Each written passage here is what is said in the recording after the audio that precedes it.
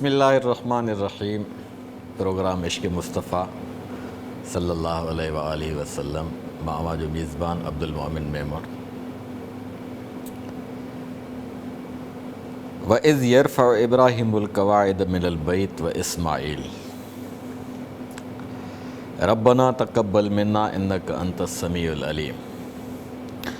رَبَّنَا وَاجْعَلْنَا مُسْلِمَيْنِ لَكَ وَمِنْ ذُرِّيَّتِنَا أُمَّةً مُسْلِمَةً لَكَ وَأَرِنَا مَنَاسِكَنَا وَتُبْ عَلَيْنَا إِنَّكَ أَنْتَ التَّوَّابُ الرَّحِيمُ رَبَّنَا وَابْعَثْ فِيهِمْ رَسُولًا مِّنْهُمْ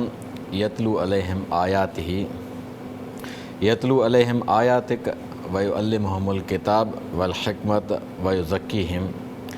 إِنَّكَ أَنْتَ الْعَزِيزُ الْحَكِيمُ۔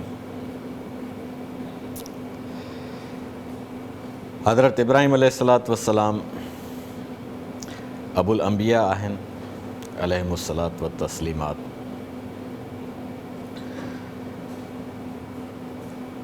دین حنیفیت جو بنیاد رکھندڑ ابو الانبیاء جد الانبیاء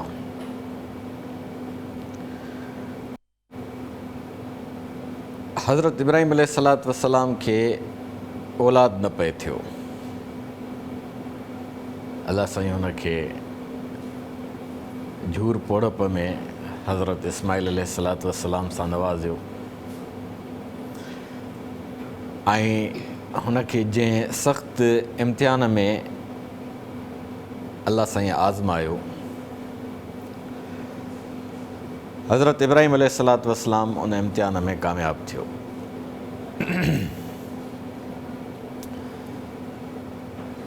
بس سخت امتحان ہویا۔ پہریو امتحان یہ ہوئے تو حضرت ابراہیم علیہ السلام خواب تو دسے انی اذبحک فی المنام، پانچ پٹر کے مخاطب تھیندے ہکڑو پی صوبے دین حنیفیت جو بانی ابو الانبیاء جن جے نسل ماں کیترا یہ انبیاء علیہ السلام اچنا ہویا۔ وڈی گال تو آخری پیغمبر جن تے نبوت جو اختتام تھیانو ہویو وہ بھی سندس نسل ماں اچنو ہویو۔ ایڈی وڈی ہستی حضرت اسماعیل علیہ السلام کے پانچو پی تو چوے تو موں خواب ڈٹھو ہے تو ماں تو کے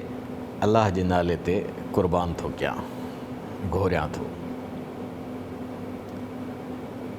فنظر ماذا ترا، تنجو چھا خیال ہے؟ حضرت اسماعیل علیہ السلام بے پاکیزہ نسل ہوئو، اعلیٰ نسل ہوئو۔ اعلیٰ نسل جا پٹر، اعلیٰ نسل جو دھیر اعلیٰ ظرف تھیندیوں آہن، اعلیٰ ظرف تھیندا آہن۔ ہن چیو ت اللہ سائیں جو تمہاں کے جیکو حکم تھیو ہے تمہاں مکھے ان تے ثابت قدم دسندو، جیئں تمہاں اللہ جے حکم تے عمل کندو مکھے تمہاں ان تے پانجو سرڑو جھکائیندے دسندو، کا بھی ماں ٹال مٹول نہ کندس۔ اقبال چیو سکھائے کس نے اسماعیل کو آداب فرزندی۔ حضرت ابراہیم علیہ السلام انا جوان بھی نہ تھیو ہے پر آداب فرزندی ان جا ان حد تائیں اعلیٰ ہویا جو پانجے پیو کے اللہ سائیں جو ایڈو وڈو حکم منجण جے لائے، اللہ سائیں جو حکم کو بھی ننڈڑو نہ ہوندو آ، وڈا ہی ہوندا آہن، پر ہی ایک امتحان وارو حکم ہے سر گھورن جے لائے پیو کے حکم تو تھے۔ حضرت ابراہیم علیہ السلام جڏहिं ان امتحان ماں گزری پاس تو تھے تو ہن تو پانجو پٹ گھورے چھڈیو،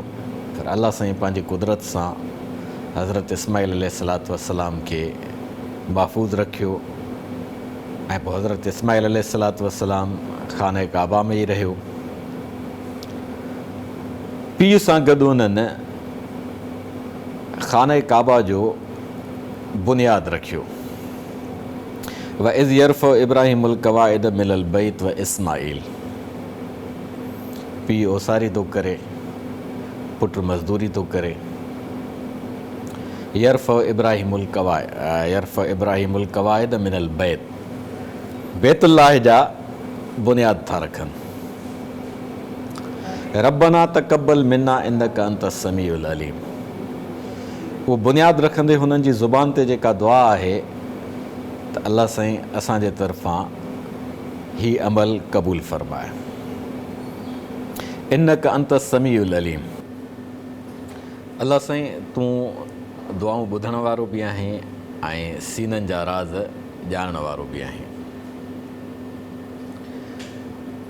अबुल अंबिया पीउ आहे ऐं ज़बीहुल्लाह फ़र्ज़ंद आहे। ॿई अल्लाह साईं जे हुज़ूर में जॾहिं इल्तिजा था कनि त उहा इल्तिजा केॾी वॾी इल्तिजा आहे। हितां उन्हनि हस्तियुनि जी ज़हानत, हितां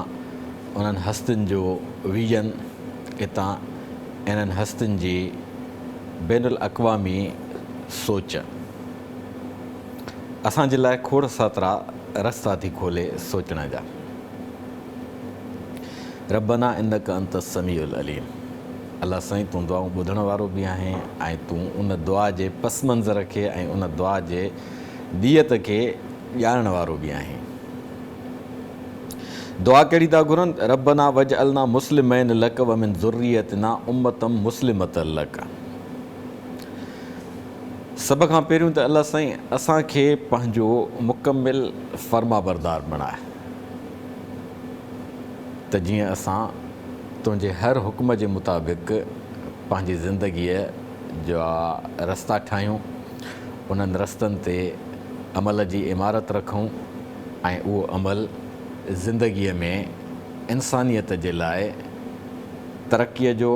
ख़ुशहालीअ जो ऐं आज़ादीअ जो बाइस बणिजे। रब्बना वजअलना मुस्लिमैन, इस्लाम हिकु अहिड़ो हमगीर इस्तिलाह आहे जंहिं इस्तिलाह में परवरदिगार आलम जी फ़र्मा बरदारी रखियलु आहे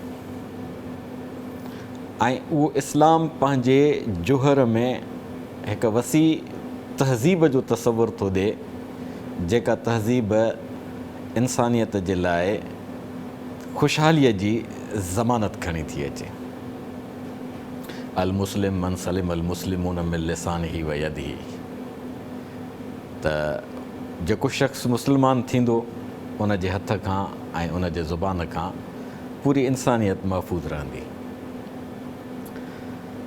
इन इस्लाम जे फहिलाउ जे लाइ हू रुॻो इन ते इक्तिफ़ा नथा कनि त अल्लाह साईं असांखे मुस्लमान करे छॾ, बल्कि हू पंहिंजे उन इस्लाम खे ईंदड़ नसुलनि ताईं हिकु वसी तनाज़ुर में दुआया सूरत था ॾियनि। वमिन ज़ुर्रियतिना उम्मतम मुस्लिमतन लक, असांजे नसुल मां अल्लाह साईं जेका बि उम्मत पैदा थिए, जेके बि जिन खे नबूवत जो रुतबो हासिलु थिए, जिन खे रिसालत जी मनसबदारी मिले, उन्हनि मां जेके उम्मतूं जुड़नि उहे उम्मतूं सभु तुंहिंजो फ़र्मा बरदार हुजनि। अल्लाह साईं जी फ़र्मा बरदारी हिकु वसी तसवुरु आहे जंहिंजे ज़रिए इंसानियत फलाह बि माणे थी ऐं उन फलाह खे बरक़रार रखण जे लाइ उन कामयाबीअ खे तसलसल सां ईंदड़ नसुलनि में मुंतक़िल करण जो हिकिड़ो पूरो मंसूबो मौजूदु आहे। उम्मत मुस्लिमतन लक, यानी जेके बि नसुल अचनि उहे नसुल तुंहिंजे फ़र्मा बरदारीअ में पंहिंजो किरदारु अदा कनि। अल्लाह साईं जी फ़र्मा बरदारी जो मतिलबु छा आहे त इंसानियत जी ख़ुशहालीअ जे लाइ पैगम्बर जेको बि इनक़लाब आणनि था, जंहिं बि रस्ते ते हू माण्हुनि खे हलाइनि था, उहो रस्तो सिरात मुस्तक़ीम थो लिखिजे। सिरात मुस्तक़ीम जो इहो पंधु इंसानियत खे पंहिंजे ज़िंदगीअ में इत्मीनान ऐं यकीन जी दौलत थो अता करे। जंहिं माण्हूअ वटि इत्मीनान ऐं यकीन जी दौलत हूंदी उन माण्हूअ खे दुनिया जो को बि हादिसो लोॾे न सघंदो। उहो माण्हू कॾहिं बि ज़हनी तौर ते मुंतशिर न थींदो। ॾुख ॾोलावा इम्तिहान बीमारियूं इंसानी ज़िंदगीअ में अचनि थियूं, उन्हनि जे लाइ बि परवरदिगार आलम पाण ॾांहुं रुजू करण जो जेको नुक़्तो ॾिनो आहे, उन नुक़्ते ते जॾहिं माण्हू अमल पैरा थिए थो त ॿेड़ा पार थी था वञनि। इहो सॼो इस्लाम जो हिकिड़ो वसी जोहर आहे जेको इंसान जे ज़हन खे, जेको इंसान जे क़ल्ब खे उहो नूर थो अता करे, जंहिं नूर सां इंसानियत ताबिंदगीअ सां जीए थी, इंसानियत फ़ातिह थी बणिजे। इते जेको नसुल अचे थो, जेको इंसानियत जे तरक़ीअ ऐं ख़ुशहालीअ में रुकावट थो बणिजे, जंहिंजे हथ ऐं ज़ुबान खां इंसानियत महफ़ूज़ नथी रहे, उहो इन नसुल सां टकराव में थो अचे। हिकिड़ा हिज़्बुल्लाह आहिनि, हिकिड़ा हिज़्बु शैतान आहिनि। हिज़्बुल्लाह उहे इंसानियत जा गिरोह जेके इंसानियत खे जीअण था ॾियनि। हिज़्बु शैतान इंसानियत जा उहे ग्रुप, उहे टोला जेके जीअण में रुकावट था बणिजनि। हिज़्बुल्लाह जेके अल्लाह जे टोले जा माण्हू था सॾिजनि, उहे इंसानियत जे लाइ रिज़्क़ जा रस्ता कुशादा था कनि, उहे इंसानियत जे लाइ इत्मीनान ऐं सुकून जा दग सवां था कनि, उहे इंसानियत जे मन खे तस्कीन ॾियण जे लाइ हर उहो अमल कनि था जंहिं अमल में क़ुर्बानी बि मौजूदु आहे, जंहिं अमल में ईसार बि मौजूदु आहे, बल्कि ईसार इन हद ताईं मौजूदु आहे युसिरून अला अनफुसिहिम वलौ कान बिहिम ख़सास, पंहिंजे ज़रूरतुनि खे पोइते करे, पंहिंजे ख़्वाहिशुनि खे मारे करे, पंहिंजे ख़्वाहिशुनि खे मारे न बल्कि दॿाए। ख़्वाहिश खे मारणु इस्लाम में मना आहे, ला रहबानियत फिल इस्लाम। ख़्वाहिश खे मारणु रहबानियत आहे। ख़्वाहिश खे पाणी ॾिबो आहे, पर उनखे जॾहिं पूरे करण जे लाइ अमल कबो आहे त को बि अहिड़ो अमल न कजे जंहिं अमल जे ख़्वाहिश, पंहिंजी ख़्वाहिश पूरी करण सां ॿिए जी ख़्वाहिश दॿिजी वञे। त ख़्वाहिशुनि जो ॼार इंसान जे, बल्कि तूफ़ान इंसान जे मन में उभरंदो थो रहे। उन्हनि ख़्वाहिशुनि खे कीअं थो माण्हू मैनेज करे, गुफ़्तगू जारी रहंदी। वठूं था हिकिड़ी नंढड़ी साही।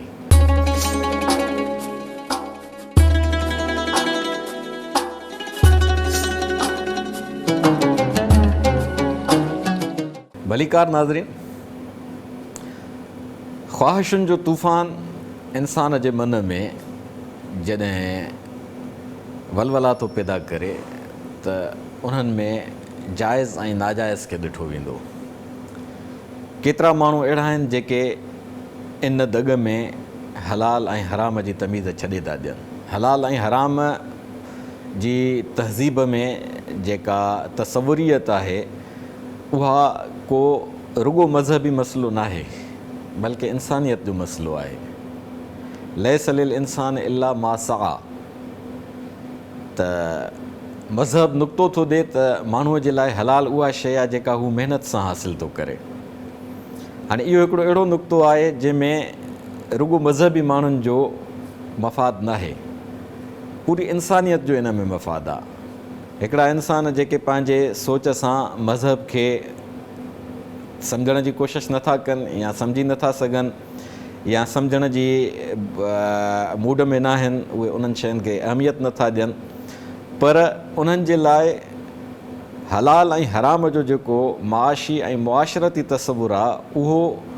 इंसानियत सां लागू हिकु अहिड़ो नुक़्तो आहे जंहिंखां को बि माण्हू ॿाहिरि नथो वञी सघे। त हज़रत इब्राहिम अलैहिस्सलातु वस्सलाम जंहिं इस्लाम जी ॻाल्हि थो करे, हज़रत इस्माइल अलैहिस्सलातु वस्सलाम जंहिं फर्मा बरदारीअ जी ॻाल्हि था कनि, इन सॼे वीहनि जो नालो इस्लाम आहे। इन दीन इंदल्लाहिल इस्लाम। अलाह साईं पंहिंजे तरफ़ां जेको ज़ाब्ते हयात ॾिनो आहे त ज़िंदगी कीअं गुज़ारिजे, ज़िंदगीअ खे कहिड़नि पेचरनि ते हलाइजे, ज़िंदगीअ खे कहिड़नि तरीक़नि सां सफ़ल बणाइजे। उहा दुआ था घुरनि त न रुॻो असांखे उन्हनि दाइरनि में रखिजां, बल्कि असांजे नस्ल मां जेके पैगम्बर सगुरा अचनि, जेके नबी सगुरा अचनि, जेके रसूल सगुरा अचनि, जिन ते सहीफ़ा नाज़िल थियनि, जिन ते किताब नाज़िल थियनि, उहे सभु मुस्लमान हुजनि। तंहिंजे करे इहो जेको इस्तिलाह कतब वांदो वेंदो आहे त हुज़ूर सल्लल्लाहु अलैहि वसल्लम जन इस्लाम आंदो, इहो हिननि आयतुनि सां तसवुर रद्द थी थो वञे। इस्लाम दीने रोज़े अव्वल खां दीने ख़ुदा जे तौर ते धरतीअ ते मुतारफ़ आहे। इन दीन इंदल्लाहिल इस्लाम, रोज़े अव्वल खां धरतीअ ते अलाह साईं जो मक़बूल निज़ाम ज़िंदगी इस्लामी आहे। रब्बना व अरिना मनासिकना व तुब अलैना, ऐं उन्हनि खे अलाह साईं खां इहा दुआ था घुरनि त अलाह साईं असांखे ज़िंदगीअ जा जेके तौर तरीक़ा आहिनि उहे सभु अता फ़रमाए। व तुब अलैना, ऐं पोइ उन में असांखां किथे जेकॾहिं लग़्ज़श थी वञे, असांखां जेकॾहिं किथे सुस्ती थी वञे, पैगम्बर इरादतनि लग़्ज़श जो शिकार न थींदा आहिनि ऐं सुस्ती हुननि जे इरादे में न हूंदी आहे, पर छाकाणि त मिन हैसुल बशर इंसान इन्हनि कैफ़ियतुनि में वारिद थी थो वञे, जंहिंजे करे उन्हनि जी मन मां इहे दुआई अल्फाज़ जेके निकिरनि था, उन में हू तुब अलैना जी दुआ सां शामिलु था कनि उन वीहनि खे त अलाह साईं असांजे तरफ़ मोट खाइजां, छॾे न ॾिजां असांखे। ऐं असांखां जॾहिं का सुस्ती सरज़द थी बि वञे थी, का लग़्ज़श सरज़द थी बि वञे थी, त उन ते असां गत ॾेई बीह रहूं, इन अमल खां असांखे बचाइजां। छो त कंहिं अमल ते गत ॾेई बीह रहणु ऐं लचक न आणणु इहा ज़लालत आहे, ॾिसोरी गुमराही आहे। व तुब अलैना, ऐं इन गुमराही ऐं ज़लालत मां माण्हू तौबा जे ज़रिए निकिरी थो अचे। व तुब अलैना इन्नक अंत तव्वाबुर रहीम, छाकाणि त अलाह साईं खे उन जी सिफ़त सां मुहाबो ॾिनो थो वञे त तूं तव्वाब बि आहीं ऐं तूं रहीम बि आहीं। सिफ़त रहमत जो जॾहिं तौबा जे इस्तिलाह सां गॾु ज़िक्र थो थिए त इन मां अलाह साईं जी बाझ जो जेको तसवुर साम्हूं थो अचे, इहो इंसान जे लाइ मन खे तमामु वॾी तस्कीन मुयसरु थो करे। तौबा करे, रुजू करे, विड्रा करे ऐं कंहिं नुक़्ते तां हथु पटे ऐं कंहिंजे आदो सरेंडर कबो आहे, त ज़रूरी आहे त उन जी जेका कैफ़ियत हुजे, उन कैफ़ियत में ओॾी महिल गज़ब न हुजे, उन कैफ़ियत में ओॾी महिल बाहि न हुजे, उन कैफ़ियत में ओॾी महिल कावड़ न हुजे। तंहिंजे करे अलाह साईं पंहिंजे तौबा जे मुबालगे वारे इस्म सां अतवाब सां अर रहीम खे शामिलु कयो आहे त मां जेको माण्हू मुंहिंजे आॾो मोटी ईंदो आहे, जेको माण्हू मुंहिंजे दर ते मोटी ईंदो आहे, त मां उन वक़्तु सिफ़त रहमत सां सरशार हूंदो आहियां ऐं मुंहिंजी बाझ जी, छाकाणि त का बि छेह कान्हे का, रहमती वसिअत कुल शइ, मुंहिंजी बाझ पूरी काइनात खे इहातो कयूं वेठी आहे। मुंहिंजी बाझ जी वुसअत एॾी आहे जो उन जी केरु कथ नथो करे सघे। हुज़ूर सल्लल्लाहु अलैहि वसल्लम जन फ़रमायो त अलाह साईं खेनि फ़रमायो, हदीस कुदसी आहे त जॾहिं को शख़्स अलाह जे दर ते मोटी ईंदो आहे त अलाह साईं खे उन शख़्स जे मोट जी ख़ुशी थींदी आहे। अलाह ख़ालिक मालिक ख़ुशी बज़ाहिर त हिकु तज़ाद थो साम्हूं अचे, पर छाकाणि त अलाह साईं पंहिंजी ज़ात खे, पंहिंजे सिफ़ात खे इंसान जे फितरत जे मुताबिक़ तश्कील ॾेई ऐं क़ुरान पाक जे आयतुनि जे सूरत में, पंहिंजे फ़रामीन जे सूरत में, पंहिंजे सहीफ़नि जे सूरत में नाज़िल फ़रमायो आहे। तंहिंजे करे उन में इहे जेके सिफ़तूं साम्हूं अचनि थियूं त उन्हनि सिफ़तुनि जो ओलड़ो माण्हूअ में बि अची थो वञे, छो त माण्हूअ में जेको रूह आहे उहो रूह रबी आहे।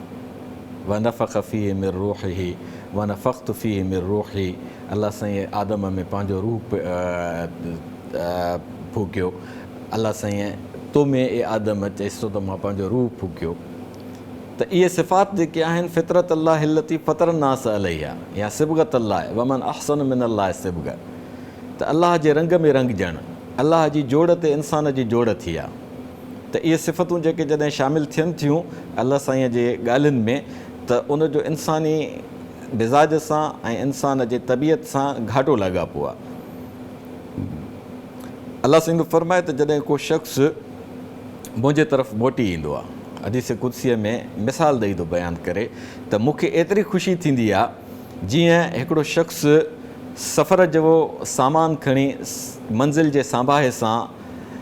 राही थियो ऐं सफ़रु कंदो रहियो, हलंदो रहियो, रमंदो रहियो, रस्ता कटींदो रहियो, मंज़िलूं झाॻींदो रहियो, थकिजी पियो, वाट ते आराम करण जे लाइ वण जे छांवरे में सुम्ही पियो,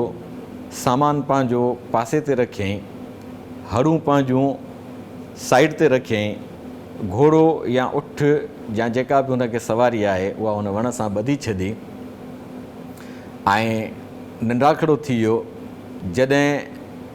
हू आराम मां उथियो ॾिठईं त न को सामान आहे, न को हड़ूं आहिनि, न को खाधी पीते जूं शयूं बचियूं आहिनि, न कोई वरी मुंहिंजी सवारी आहे। जंगलात में मौजूदु आहे माण्हू, का वाहर कान्हे, का आबादीअ जो परे परे तां को बि नाव निशान कोन्हे को। माण्हूअ जे मथां इन कैफ़ियत में छा गुज़रंदो? अलाह साईं फरमाए थो त उहो शख़्स हेॾे भॼी होॾे थो भॼे, ड्रोड़ूं थो पाए, परेशानीअ जे आलम में मुतग़य्यर कैफ़ियतुनि जो शिकार थी, जॾहिं मायूस थी, थकिजी फां थी अची सुम्ही थो पवे त उनजी अखि लॻी थी वञे ऐं पोइ हुनजी अखि जॾहिं खुले थी निंड मां त हू ॾिसे थो मुंहिंजी सवारी बि साम्हूं बीठी आहे जेका विञाइजी वई हुई, मुंहिंजो सामान जंहिंमें खाधे पीते जो सामान हुयो, इस्तेमाल जूं शयूं हुयूं, ज़ादे सफ़र हुयो, उहो सभु सलामतीअ सां मौजूदु आहे। ऐं उन शख़्स खे एॾी ख़ुशी थी थिए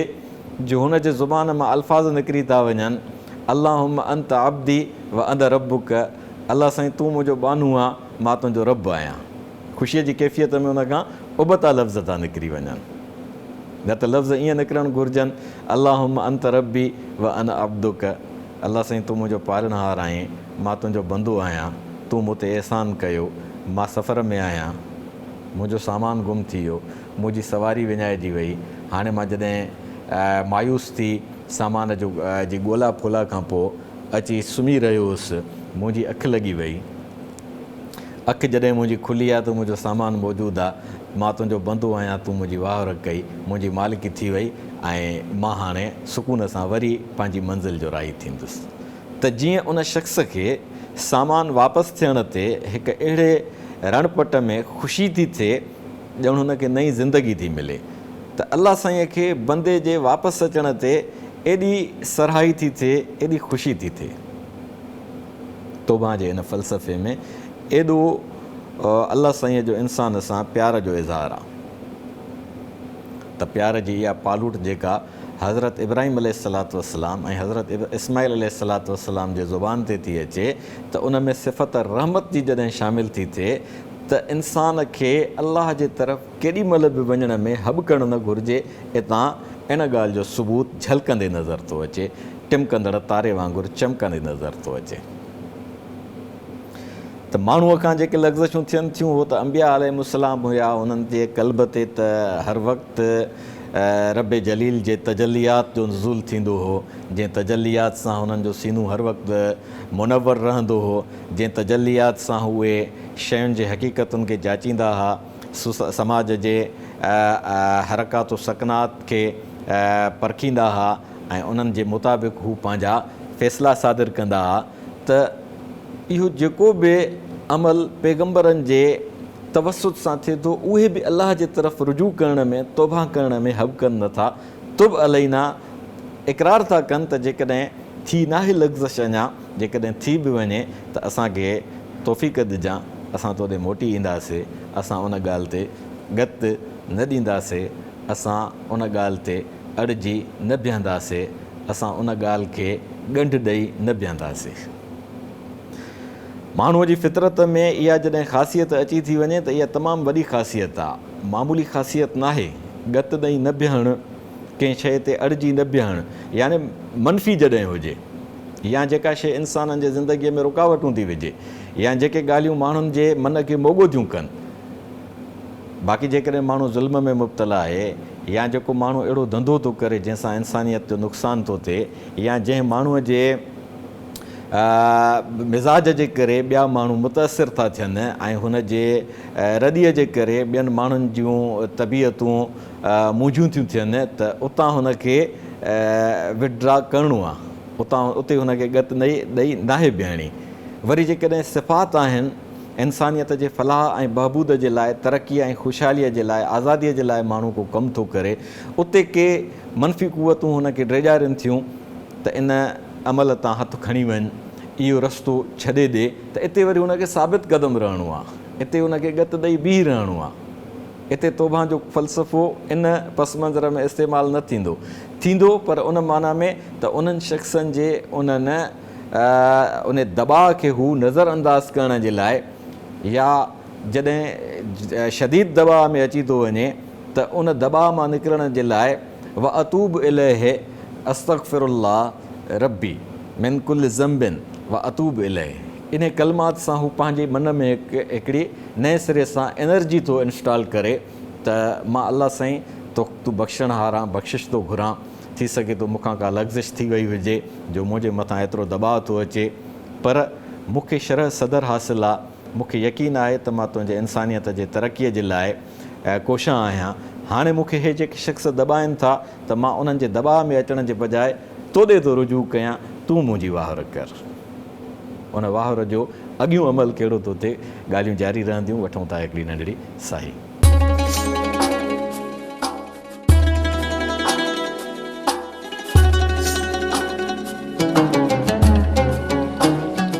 भलीकार नाज़रीन, त इंसानियत जे आज़ादीअ, तरक़ी ऐं ख़ुशहालीअ जे रस्ते में जॾहिं माण्हूअ ते दॿाउ थो पवे, त उन दॿाउ मां निकिरण जे लाइ हू जॾहिं अलाह जे तरफ़ रुजू थो करे तौबा जे सूरत में, तौबा रुगो इन शइ जो त नालो न आहे त असां नक ते आङुरियूं घसायूंसीं, पंहिंजूं पापड़ियूं पकड़ियूंसीं त बसि तौबा थी वई। तौबा जो हिकिड़ो वसी फ़लसफ़ो आहे त माना तव्हां कंहिं ॻाल्हि ते गत न ॾिनी ऐं जॾहिं उहा ॻाल्हि मुस्बत आहे, पॉज़िटिव आहे, त उन जे तरफ़ तव्हां उछल खाई हलणु शुरू कयो। जेकॾहिं उहा ॻाल्हि नेगेटिव आहे ऐं मनफ़ी आहे त तव्हां उन ॻाल्हि खे छॾे करे उन सिधे दॻ ते अची वियो जेको तव्हांखे इंसानियत सां गॾु इज्तिमाही ज़िंदगीअ में वठी थो अचे। उन दुआ जे तसलसुल में हज़रत इब्राहिम अलैहिस्सलाम ऐं हज़रत इस्माइल अलैहिस्सलाम काबत लाइ जो बुनियादु रखंदे अलाह साईं खां ॿियो छा था घुरनि? रब्बना वबअस फीहिम रसूलम मिनहुम, अलाह साईं असांजे नसुलनि मंझां, उम्मतुनि मंझां हिकु अहिड़ो रसूल मोकिलिजां, यतलू अलैहिम आयातिक, जेको तुंहिंजे आयतुनि जे इंतिहा ताईं उन्हनि जे मथां उन्हनि जे साम्हूं तिलावत करे तुंहिंजूं आयतूं। वयो अल्लिमुहुमुल किताब वल हिकमत, उहे आयतूं जंहिं किताब में हुजनि उन किताब जी हू उन्हनि खे तालीम ॾे, ऐं उन तालीम मां जेका हिकमत ऐं जेको विज़डम ऐं जेका दाहप उभरी साम्हूं अचे, हू उन्हनि खे बाक़ाइदा मुनज़म तरीक़े सां उन दाहप जे फ़लसफ़े तहत ज़िंदगी गुज़ारण जा गस ठाहे बि ॾे ऐं उन्हनि गसनि खे अमली तश्कील ॾियण जे लाइ उनखे तहरीकी शक्ल बि ॾेई विझे। वयुज़क्कीहिम, ऐं गॾोगॾु उहो उन्हनि जे लाइ तज़किये जो इंतिज़ाम बि करे, तरबियत जो इंतिज़ाम बि करे। रुगो तालीम, रुगो किताब ऐं रुगो हिकमत काफ़ी न आहिनि। तालीम जॾहिं मुअल्लिम वटां सिखबी आहे त ज़रूरी आहे त उन में तरबियत जो अंसर बि शामिलु हुजे। तंहिंजे करे ॾिठो वियो आहे त खोड़ अहिड़ा माण्हू जेके सेल्फ मेड नॉलेज हासिलु कनि था, ज़ाती मुताले सां पंहिंजी मालूमात वधाइनि था, उस्ताद को उन्हनि जी ज़िंदगीअ में कारफ़रमा नाहे, त उहे शख़्स अक्सर थाॿा खाईंदा आहिनि ऐं उन्हनि में गुरूर ऐं तकबुर वासो कंदो आहे, जंहिंजे करे इल्मु उन्हनि जे लाइ वबाल जो सबबु बणिजी वेंदो आहे। हज़रत रूमीअ चयो त इल्म रा बर तंज़नी मारे बुअद, इल्म रा बर मंज़नी यारे बुअद। इल्म खे जेकॾहिं तव्हां पंहिंजे मादी मफ़ादनि जे लाइ कतब आणींदव ऐं उन में तव्हां पंहिंजे होॾ खे शामिलु कंदव त तव्हां सरकशीअ जे ज़ुमरे में अची वेंदव, तव्हां मग़रूर बणिजी वेंदव, त उहो इल्मु तव्हांखे बर्बादु करे छॾींदो। पर जेकॾहिं साॻियो इल्मु तव्हां पंहिंजे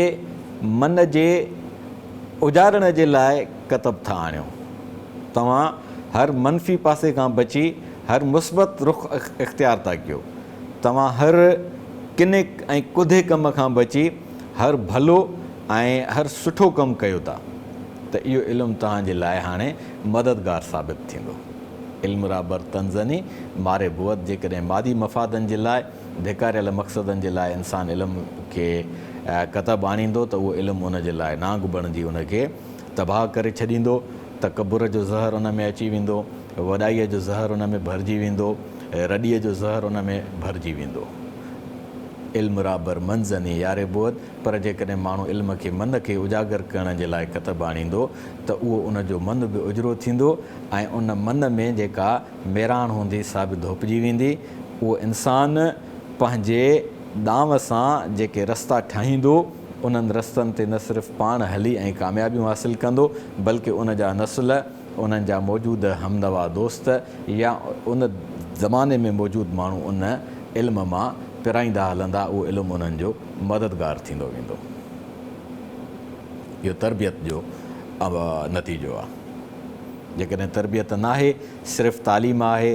सिर्फ़ु हिकमत आहे, सिर्फ़ु फ़लसफ़ो आहे, त पोइ उन जा नुक़सान जेके असां हिते ॾिसूं था, केतिरा ई मादा परस्त माण्हू जेके दहरियत जो शिकार आहिनि,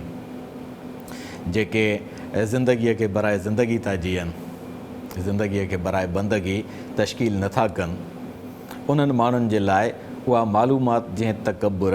जंहिं वॾाईअ ऐं जंहिं रदीअ जो बाहिस आहे, उहो सभु तव्हां असांजे साम्हूं आहे। त अल्लाह साईं हज़रत इब्राहिम ऐं हज़रत इस्माइल अलैहिस्सलाम जे ज़ुबान ते इहे जेके कलमात आणे थो, उन कलमात में जेका गहराई असांखे साम्हूं अची ऐं पाण पसाए थी, त उन में इहो अल्लिमुहुमुल किताब जी तालीम ऐं आयतुनि क़ुर जे आयतुनि जी तिलावत ऐं उन्हनि मुताबिक़ तज़किये जो सिलसिलो, तज़कियो तरबियत को हिकु अधु ॾींहं जे अमल जो नालो नाहे, इहो लाइफ टाइम प्रोसेस आहे, जंहिंमां गुज़री इंसान पंहिंजे मरहलेवार कैफ़ियतुनि खे बि सम्झे थो। इंसान जो क़ल्ब हुज़ूर सल्लल्लाहु अलैहि वसल्लम जन फरमायो त बयाबान में पियल कंहिं खंभ वांगुरु आहे, हेॾां जी हवा उथलंदी, हेॾे लोड़ींदी वेंदसि, हेॾां जी हवा उथलंदी, हेॾे भावाटियूं खाराईंदी वेंदसि, मुख़ालिफ़ तरफ़नि जी हवा का होॾे छिकींदसि, का होॾे छिकींदसि। त इंसान जे क़ल्ब में बि ईअं जेके ख़्यालनि जा तूफ़ान उभरनि था, इंसान जे क़ल्ब में ईअं जेके फ़िक्रात जा वाचूड़ा कर खणनि था, उन्हनि सभिनी खे ज़ब्त में रखण जे लाइ रसूलुल्लाह सल्लल्लाहु अलैहि वसल्लम जन पंहिंजे साथियुनि जी, पंहिंजे शागिर्दनि जी, मर्द हुजनि चाहे ख़वातीन हुजनि, उन्हनि जी जंहिं तरीक़े सां तरबियत फरमाई, उन जो नतीजो दुनिया जॾहिं ॾिठो त उन्हनि खे अलाह साईं लाज़िम मलज़ूम करे बयानु फरमायो। मुहम्मदुर रसूलुल्लाह वल्लज़ीन मअहू, अल्लाह जो रसूल हज़रत मुहम्मद, वल्लज़ीन मअहू ऐं उन जो समूरो सथ, अशिद्दाउ अलल कुफ़ार, ऐं उन्हनि जे तरबियत जो नतीजो कहिड़ो निकितो त उहे शख़्स जेके इंसानियत जे जीवत में नासूर बणिया, जेके ज़िंदगीअ में रुकावटूं बणिजी साम्हूं आया, जिन दग दग ते स्पीड ब्रेकर पे क़ाइमु सिधा कया, उन्हनि जे लाइ उहे सख़्तु बणिजी था अचनि। छो त जेके माण्हुनि खे जीअण नथा ॾियनि, उन्हनि जो जीअण हराम करणु इंसानियत जो फ़र्ज़ु आहे। रुहमा बैनहुम, ऐं वरी जेके माण्हुनि खे जीअण जा दग समा करे था ॾियनि, रस्तनि में उभियूं कयल सख़्तु रुकावटूं हटाईंदा था वञनि ऐं उन्हनि रुकावटुनि हटाईंदड़नि खे जॾहिं निंदियो थो वञे, जॾहिं लोयो थो वञे, तंग कयो थो वञे, सोढ़ो कयो थो वञे, त हू पाण में ॿिट थी हिक ॿिए जे लाइ बाझ जो संसार थी था पवनि। त सथ में जॾहिं बाझ आहे, सथ में जॾहिं इत्तफ़ाक़ आहे, सथ में जॾहिं हिक ॿिए सां ख़्यालनि जी मिज़ाजनि जी हम आहंगी आहे, त इहा शइ साबित थिए थी, डेवलप थिए थी तरबियत सां। वयुज़क्कीहिम, ऐं इहा तरबियत पैगम्बर करीम सल्लल्लाहु अलैहि वसल्लम जन पंहिंजे सहाबा किराम जी जॾहिं फ़रमाई आहे, त उहे सहाबा किराम जॾहिं धरतीअ जे ॻोल्हे ते फहिलिया आहिनि, त उन्हनि पूरी इंसानियत जे लाइ जीअण जो हिकु अहिड़ो नज़रियो अमली शक्ल में धरतीअ ते मुमकिन बणायो, जंहिंजो अॼु बि तारीख़ जॾहिं मिसाल थी ॾिए त उहो बेमिसाल थी असां तव्हांजे साम्हूं थो अचे। हज़रत इब्राहिम अलैहिस्सलाम ऐं हज़रत इस्माइल अलैहिस्सलाम काबतुल्लाह जे बुनियादनि रखंदे जेका दुआ था घुरनि, उहा मुहम्मद रसूलुल्लाह सल्लल्लाहु अलैहि वसल्लम जन जे हस्तीअ में जॾहिं मक़बूल बणिजी ऐं पंहिंजे दौर में धरतीअ ते आसार जी सूरत में न बल्कि हक़ीक़त जी सूरत में ज़ाहिर थी थिए, त उहो ज़ुहूर इंसानियत जे लाइ तरक़ीअ, आज़ादीअ ऐं ख़ुशहालीअ जो न सिर्फ़ उन ज़माने में इम्कान थो पैदा करे, बल्कि हर ज़माने में उन्हनि नुक़्तनि, उन्हनि आयतुनि ऐं उन्हनि वाक़िअनि मां सबक़ हासिल करे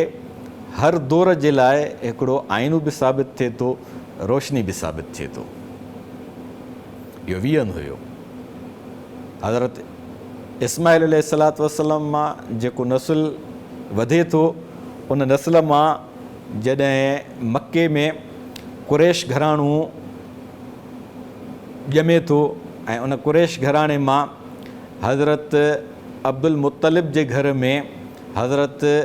अब्दुल्लाह जो तवल्लुद मुबारक थो थिए, जंहिंमां ख़ातमुल अंबिया हुज़ूर अक़दस हज़रत मुहम्मद सल्लल्लाहु अलैहि वसल्लम जन जी विलादत बासआदत थी थिए ऐं उन्हनि जी तरबियत उन ई काबतुल्लाह जे माहौल में थी थिए, जंहिं काबतुल्लाह जो बुनियादु उन जे अबनि ऐं ॾाॾनि रखियो। हज़रत इब्राहिम ऐं हज़रत इस्माइल हुज़ूर जन जा अबा ॾाॾा आहिनि, यानी अबाणो, ॾाॾाणो, नानाणो उन्हनि जा ॿई तरफ़ैन, नजीबु तरफ़ैन उन्हनि जो जेको नसुल आहे उहो नबूअत जो सरचश्मो आहे। हज़रत इस्माइल अलैहिस्सलातु वस्सलाम क़ुर्बानी पेश कई ऐं उन क़ुर्बानीअ जो मंज़र काबतुल्लाह में वारिद थियो। क़ुर्बानीअ जो उहो बची वियल ज़बीह हुज़ूर अक़दस सल्लल्लाहु अलैहि वसल्लम जन जे नस्ल अतहर मां